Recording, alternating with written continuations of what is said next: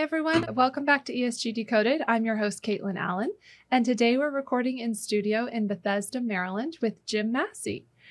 For more than 15 years, Jim's governance and transparency expertise transformed AstraZeneca's sustainability program, driving an entrepreneurial culture with the agility to meet business demands and stakeholder expectations.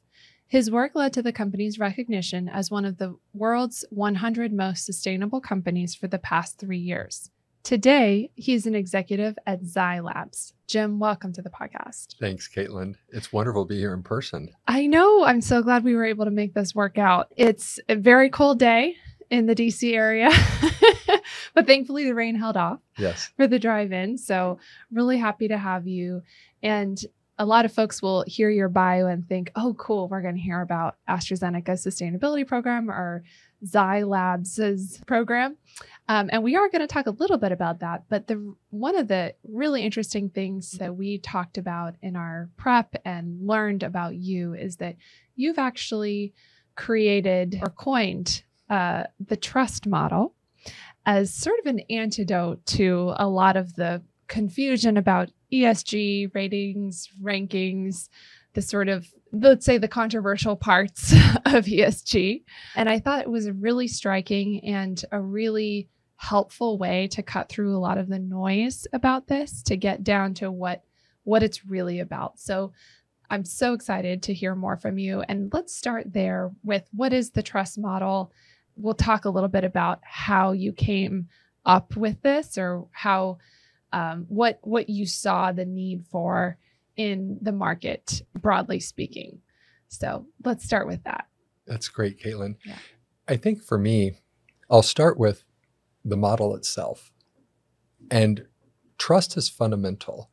It's hardwired in our brains, right? There's this concept of fight or flight that is as basic as goes as far back in human history as possible. If someone doesn't feel safe, they're going to go in for the fight or they'll take off. And so as I have been working throughout my career, I realize I'm a behavioralist. I have been studying human behavior in various industries since childhood. It started off in politics. I was a consumer marketer, and then I was in ethics and compliance. And then the last 8 years, I've been in the sustainability field. And time again, what I kept encountering is that we as people, if we don't trust one another, it's hard to get anything done. And I am happy to talk about my work, but in particular, it's the work that has helped me create this. Time and time again, I kept coming back to the basic aspects of what is trust. And for me, trust is this perfect little circle that has 3 individual pieces of pie. It's, am I capable? Do I care? And will I do what I say I will? I've boiled that down to can, care, do. And it gives individuals a chance when they're in any circumstance to quickly have a model or some concept to run through to help identify. A key tenet I believe in is there's never anything wrong, just something missing. And so if you have can, care, do in your back pocket, you can identify what's missing. Is it my capability or someone else's capability that I don't trust? Is it that I'm not convinced they care about me or they don't believe I have their best interest at heart? And then finally, are both of us just a lot of talk with no action? So it lets you start to cut through the white noise that we have all around us to figure out what's missing in the basics of trust. And then the other key aspect is the model of trust in action. Where and how does that take shape? And I can talk a little bit more about that. The model is simple. It's can, care, do. And I view trust as the light that shines through the transparency of self, team, and systems, the 3 lenses through which we as humans create systems in which we can interact with one another. I call those systems the built system, and I lovingly shorten that to the BS, because I believe it's the BS that keeps us from being able to build trust and have trust in action itself. Yeah. I think a lot of our listeners are probably already having wheels turning about this. Oh my gosh, that makes sense. But I think that for me, it's so striking from an ESG standpoint because there've been a lot of talk and, on social, on LinkedIn, on people that are trying to figure out kind of what's missing. We all know that ESG is good for business. well, most of us know and understand that there are linkages between how we manage E, S, and G related issues that are material to a company and company performance and company value. We know that, but somewhere along the way in the discussions about processes of trying to measure and report out on those, we've seen sort of a breakdown of trust actually in some of those systems because of the results, right? Because it all depends on, what we're measuring. And each of these ratings and rankers are proprietary, and they're not always transparent about what they're measuring and how so-and-so got on the list or how so-and-so was removed from the list, et cetera, et cetera. So I think your motto really takes it back to the fundamentals of, do we trust this company? Do we trust that this company is going to do what they say they're going to do? Do we trust that they have our best interest at heart? Right? So I think it's within the ESG conversation context, this is just really, really helpful to kind of cut through all of the politics about it and just say, yes, is this a trustworthy company that I want to do business with, that I want to spend my dollars with as a consumer? So that to me is really, really helpful, kind of getting it back down to basics. Yeah. And Kaitlyn, one of the things that I find is I came into the ESG sustainability space in 2015, and ESG was first coined, I think, in 2004. The UN had a program, Who Cares Wins was the initiative. And it was in that white paper and conference that ESG really came out. So to me, I feel like a newbie to ESG, but like you were saying, it's gone mainstream. And so what so many view as ESG today, I'm an old timer, and it's a juxtaposition that I always struggle with. I've quickly learned there are no experts in the space. And so that's one of the reasons why I'm trying to help people understand. I believe ESG was the first framework through which we could communicate that which is most important, why we care, why we think we can address it, and how we're going to get it done. And then along the road, people started thinking about it, ESG as the backbone of stakeholder capitalism. And now I think it's gotten so convoluted, I'm trying to reverse it all and just get rid of the lingo and just say, do we trust people? Do we trust one another in these systems? We are trying to create sense out of the chaos. Yeah. And that for me is, call it whatever you want, but can, care, do is the basics. And I think the thing that helped me is as I was learning about the Sustainable Development Goals, and as a behavioralist and understanding that we as humans try to create sense out of chaos, I started to see the SDGs not as targets or just language, but systems. And those are the systems of education, of institutional systems we would call government or religion. And I started seeing the trend that as a whole, society started to lose trust in those systems. So no wonder sometimes that white noise at the system level can paralyze me as an individual, and I'm no longer taking action because I'm waiting for regulations to catch up. I'm waiting for the system to take care of me, because for so long, that's what we thought the system would do. And then there have been such changes in society with technology and AI and kind of the new techade, as we're calling it, that we as individuals are actually able to respond faster than business. We're able to respond faster than the regulations. So this is the exciting part about the era of the rise of the individual, seeing people take action in their local space to start making and being the change they want to see.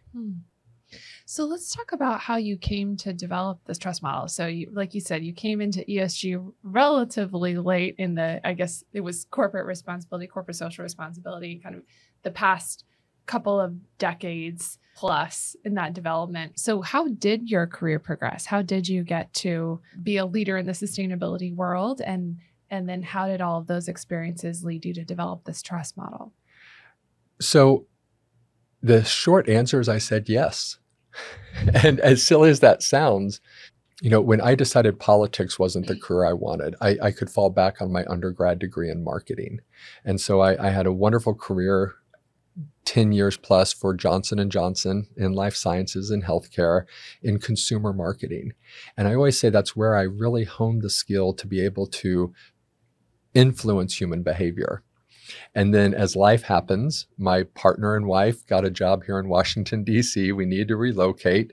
And I started looking around for a gig. And in the interview process, they said, hey, yes, you're interviewing for a commercial role, but could you help us? Your background and your focus on individual accountability kind of fits with what we're talking about, the future of compliance and ethics. And I said, would it help me get the job? And they said, yes. And I said, I would love to help you build that. And so I spent the next several years sitting in a field that was focused on regulations and rules. And I started to see what was happening is we were creating so many rules, we were creating the decision fatigue. I got to see the white noise creep into society where people started feeling paralyzed to take action. And they had lost trust in their own ability to make good decisions because they were being told that's too risky or that's not enough. And the legal compliance field was really coming in. And the mantra was they put no into innovation. And though it was a joke, many business people felt that way. Well, I came in and ripped that Band-Aid off. And I said, no, we are harming business and we're hurting innovation. And so I went back to the basic behaviors and we crowdsourced our values and the 10 behaviors we expected of each other. And I removed a lot of these old policies and I put them into the technology that enabled the business process to work. And so as I had done that, the executives at my former company, AstraZeneca, were like, this is really innovative and we aren't having the same problems we were having with all those rules in the past. There's this new emerging space. Would you be willing to take it on? And I said, yes. Mm. And so by this point, I had honed my skills in influencing human behavior for good through compliance. And then I spent the last 8 years really focused on changing human behavior for good for not only the impact, but in the permanence. So we weren't just creating it for the quarterly results, but we were doing it long-term impact. And that for me is how I've evolved in this space. And throughout those experiences, time and time again, you can imagine a consumer marketer running compliance. People didn't trust I was capable. And then when a compliance professional, I was a top mind in the industry, recognized in 2019 for compliance. You can imagine in the ESG space, people were like, what's a compliance guy doing over here? And so time and time again, I had to keep challenging myself. Am I capable? Do I care about those I'm leading? And what actions am I taking to give people that sense of urgency that this work requires? And so it naturally just kind of started to flow out as I was leading groups talking about Can Care Do. Mm-hmm. And then when I left AstraZeneca and I was hearing leaders say they didn't know where to start, I realized they were like me. They were having the self-doubt by not trusting themselves. I think that's so many of our listeners who are handed ESG, like, hey, go figure this thing out. Or, we need to figure out how to set a net zero target.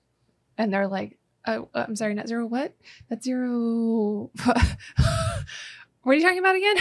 Greenhouse gas emissions. Right. Okay. Yep. So so many folks are being handed these very tall orders and having to start listening to things like our podcast to figure out where to even begin. Yes. I love that you're an example for listeners of someone that really just, yes, I can do this. Yes, I can pivot. I can take everything I've learned and apply it. So that's just an added bonus for this pod. Good.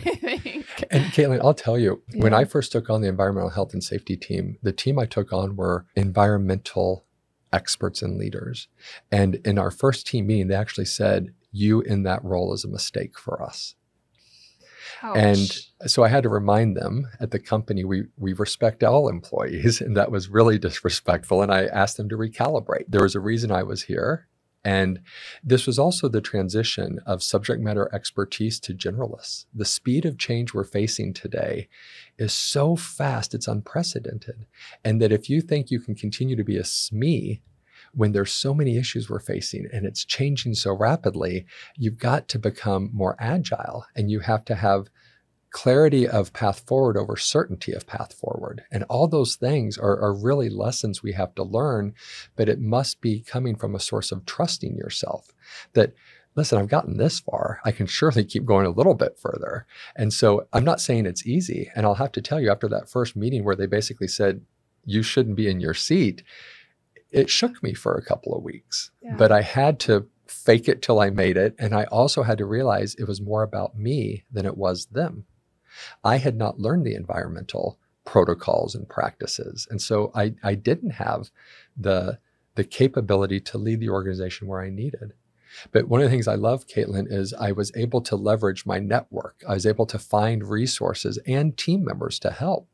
Enough so that when I first took on the team, they were so excited because it was 2016. We had just had the Science Based Targets Initiative recognize our environmental commitment to being one of the most progressive at the time, consistent with the Paris Agreement from 2015. When I was learning it and the team was telling me about, oh, we're going to reduce our greenhouse gas so that we only allow the heating to go to negative 1.5 degrees Celsius. Being the partner of a journalist and the child of an English teacher, words really matter to me.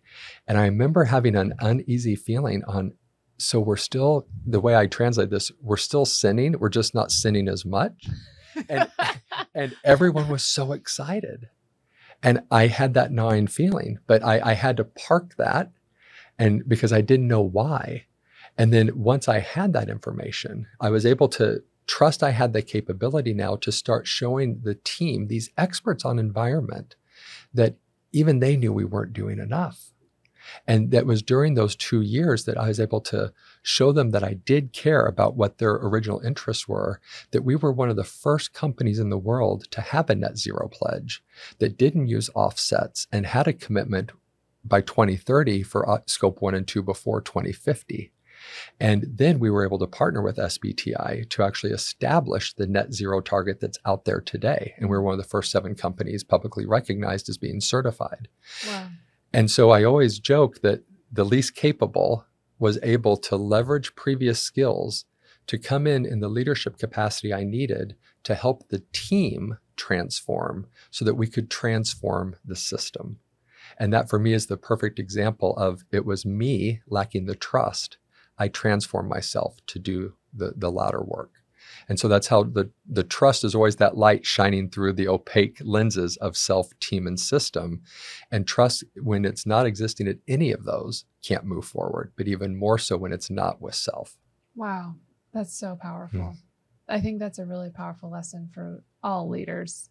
I think a lot of us, people do look to you as a leader because you have all the answers. You're supposed to have all the answers, but the truth is no one has all the answers. And it's really about, I know how to, like you said, I know how to get the answers. I know how to leverage networks and stakeholders and leverage the experts themselves within the organization, all of that. But you have to, I wonder if that's one of the fundamental things that can propel folks into leadership roles is just having that trust in oneself and confidence in oneself that one can find the answers, even if they don't have them right now. 100%. Yeah. Yeah. Absolutely. And I think the other thing was the humility that brought. Mm-hmm. And that was a transformational leap for me in my leadership. Mm-hmm. It's easy, especially within organizations, to think leadership is about showing and proving you can lead by, look at me. I had to learn that it wasn't. It was about the work, and it was about getting the teams to move forward. And then as a result, understanding it was through my leadership I inspired that work. And so, especially as you progress up the organizational food chain, it's less about the immediate work you do and more about the work you can inspire others to accomplish. Mm-hmm. And that goes back to the elements of caring. Mm-hmm. That often leadership is, what's my title? What's my salary? Where am I fitting in versus how am I changing something? And adjusting that caring to appropriately fit leadership. The saying is, a leader is only as good as those who follow. And I always am very proud that when I've moved organizations or I have progressed in other capacities, team members will come with me and they continue to support me in my network. And so I think the legacy that gives me is I can demonstrate that I care. Mm-hmm. And there's a funny anecdote on caring. I'll save that for later, because even when you don't have caring, it may take you 10, 15 years to establish it, but you always can go back and demonstrate you care about someone's interests. Oh, wow. I think we do want to hear that story. All right. So Jim, let's switch gears back over to talk about your current role. So you are at Hsieh Labs today as an executive, and y'all just released your first report. What is it called again? We call it the Trust Report. Okay. The Trust Report. Okay. So this is a great example for our listeners to go and check out a company that's actually reporting using the trust model. Yes. To do the corporate ESG or sustainability reporting. So tell us a little bit about that and that process. Yeah, Kaitlyn, one of the things I take great pride in is I don't sit in academia. I don't sit around just thinking up theories. Like I'm a practitioner and I love action. My mantra is action beats inaction every time. And so to have a blank slate with an organization where I can actually bring the thinking of who are our stakeholders. Let's figure out what our strategy is. And our ESG strategy is actually called Trust for Life because, we like the double meaning there. We want to have our stakeholders trust for life. But as an organization in life sciences focused on eradicating serious disease, we also trust in human life as well as planetary life. And so the strategy itself can take on so many shapes. When we did our stakeholder mapping, one of the things I wanted to be sure we were doing is, and using this model, is where priority was never meant to be plural. And so I always like to ask, where can we as a company have our greatest impact? And for us, it was very clear it was SDG 3, health and well-being, specifically 3.3 and 3.4 in infectious disease and non-communicable diseases. And that's where we focus. And so when you go look at our report, you're going to see that we are capable to improve human health as our first commitment. And the goal is that we will reach 1 million patients by 2030. And then the second commitment we make is to create better outcomes, meaning we listen and we care what our stakeholders said. And we've prioritized 3 specific areas: people, and particularly our people in supply chain, the communities in which we operate, and then finally the planet. What is our Grow Green mantra? And then the final piece of will we walk our walk is what we call Act Right Now. And it's a commitment that we will prioritize, that we will be transparent, and that we will link this to pay. And it's a pretty simple report in that there it is. And then we use GRI and SASB to show our operational impact and our business societal impact. And so there's a lot of detail in the back, but it's concise, 3 commitments, there are 9 actions, and we have 3 targets we're trying to achieve by 2030. And the thing I'm most proud of, Kaitlyn, is 2 of the commitments are actually to maintain. Because the other mantra we have is we have to build it right from the start.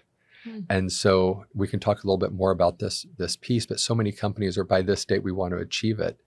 Ours is we will maintain this. We're creating it correctly the first time because we've learned from those ahead of us. And it's inexcusable to start out bad and then applaud yourself for correcting that later.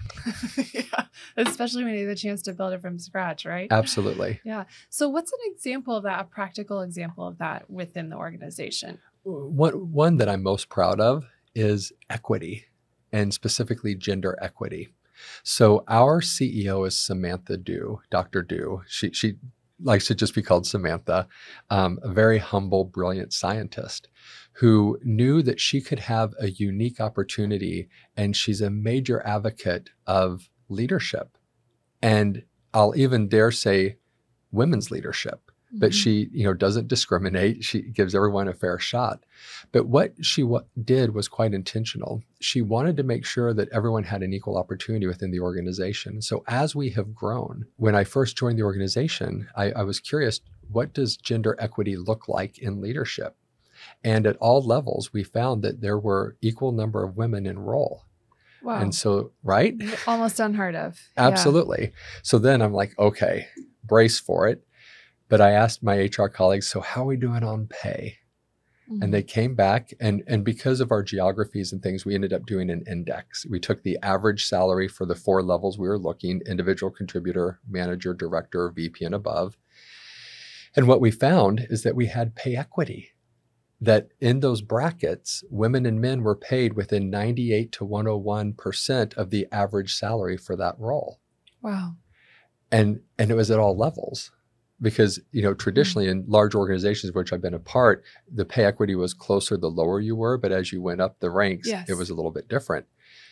So now that we had leadership equity at all levels and we had pay equity at all levels, the other piece of equity that's always fascinating to me is it marginalized equity or is it true equity? Mm-hmm. So I started to ask, what is it we do? What are we most capable of? We are in science.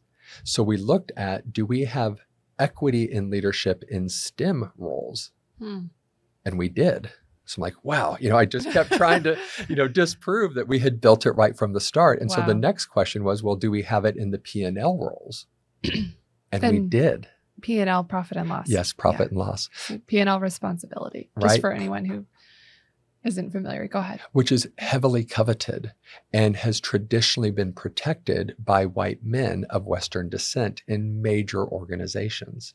So to be at a global startup that is looking to build it right from the start and to see the leadership and the intentionality of what we had created is almost overwhelming for me. And I always say it's not just that we have gender equity, it's that I, Jim, come to work knowing I am treated fairly, I'm paid fairly, and I have endless fair opportunities. So it's not just that the women have it, I get it too.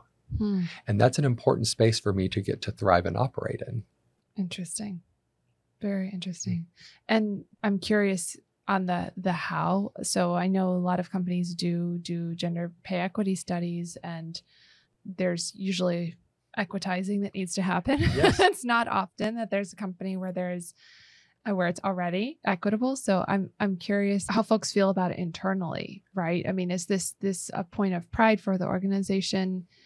Are there any interesting anecdotes about this working in this type of space that is considered quite proactively equitable across gender versus coming from a more, say, traditional company? I'm just curious if you have any anecdotes on that. For me, the one thing that I get, I would call it kind of this Hsieh spirit, right? Is our CEO has this mantra that leadership fills the hole. And so step in and do. And that's a sense I get. I seldom hear that's not my job. And in my previous organizations that had centuries of legacy, it was, oh, well, that's not my responsibility. This is my swim lane. And so I don't know if that's the mentality of a startup or if it's because we have that equity and the collectivism that is, we're going to do this together. But that's the most palatable difference that I have seen. And Kaitlyn, the one thing I'll also add, though, is in my previous organization, even back in 2016, when I was taking over new teams, we were wanting to address pay equity. And as a leader who loves action, I remember thinking, so we had a goal to have pay equity by 2025. This was back in 2016. Why don't I fix that now? And so I did. In that year of performance evaluations, I started to ask and look at my data, and I closed the gap. And then that allowed me to go around as a global leader when I was in town halls to say, hey, by the way, if you're wondering about this big target, bring it down to your team and ask your leaders, why don't we have pay equity? Jim has it in his team. And I'm like, let's cause the action sooner because it didn't cost me anymore. I always had a big bucket of money for the direct reports I had. But then once we looked and saw the discrepancies, we closed them and then we got to maintain. So that was a personal passion of mine that I knew I wanted to bring to the new organization, but they had already started to build it right from the start. Wow, really interesting. So I'll just direct listeners to looking at the Hsieh Labs report. Sounds like a really interesting combination. You have both sort of the standard, the SASB and GRI type of indexing, it sounds like, but the model of the report is really this trust model. So it sounds like a really interesting and inspiring example for those of us who work in reporting, and really appreciate you coming in to talk about that. And exciting stuff. I think you have a bit of an announcement here. Yes. You want to tell your news? Yes. So we're planning on publishing my book, Trust in Action, The Leader's Guide to Act Right Now, in spring of 2023. Yay! So a lot of the words I'm putting in will be followed up with anecdotes, real life examples, and ways in which the listeners can, if interested, and I encourage you to read and really start to apply this. I know for me, it's been transformational. When I start to self-doubt, I can quickly run through this model and realize what's missing. And I can bring it into my teams, and I've brought it into the systems in which I get to operate. And so I'm excited to share my knowledge and information and the learnings so that others don't have the same mistakes I have. Jim, this has been an absolute pleasure. Thank you so much for joining us. I can't wait to read your book. I guess there's no link yet to include, but everybody be looking out for that. In spring, I'll just say spring of next year. And thank you all, as always, for joining us for ESG Decoded. Please let us know what you think about the episode and any other topics that you'd like to hear about. We really appreciate all of our listeners, and we'll see you next time. Thank you.